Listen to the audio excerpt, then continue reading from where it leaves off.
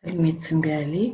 Қазір бізде қазақ тілі сабағы, бүгін бізде нәтиже сабағы. Бірінші тапсырма. Сөздердің құрамындағы дыбыстар мен әріптерді санына қарай топтап жаз.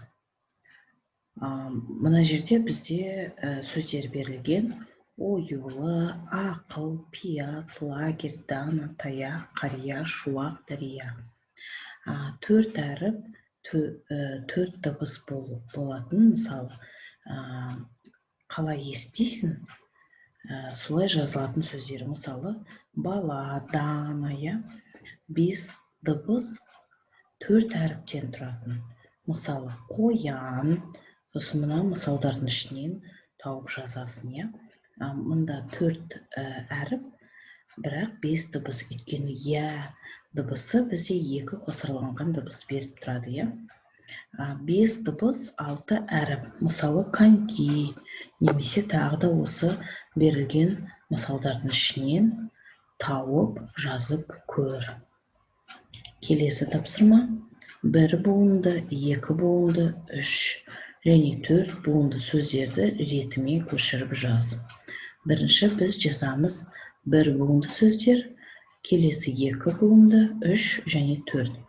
Мұқият бол, Әли. Егер сөзде қанша дауысты дыбыс болса, сонша буын бар. Сол арқылы сен тез-ақ осы тапсырманы орындайсың деп ойлаймын. Мысалы, сәукеле деген сөзді алатын болсақ, біз бірден неше дыбысы бар екенін қарасақ, сонша буын барын білеміз. Мысалы, дауысты дыбыстар ә, е. Демек, мұнда үш буын бар. Жақсы. Келесі тапсырма: сыңарын тап. Сөз құрастыр және оны жаз. Бұл жерде буындар адасып кеткен екен. Сен осы буындарды бір-біріне қосып сөз жазуың керек. Мысалы, қандай сөз жазуға болады? Мектеп, мысалы, немесе ме, тағы да басқа сөздерді құрастырып жазуға болады екен.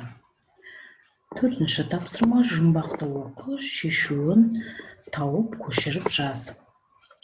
Атқарады талай ісіңді, тазалайсың киім мен тісіңді. Жақсы, өте жақсы. Жұмбақ: немен тазалайды екенбіз біз тісімізді және киімімізді? Ойланып көр және жауабын жаз.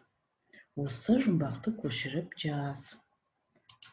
Осымен тапсырмаларымыз аяқталды. Келесі сабақта кездескенше сау бол, Әли.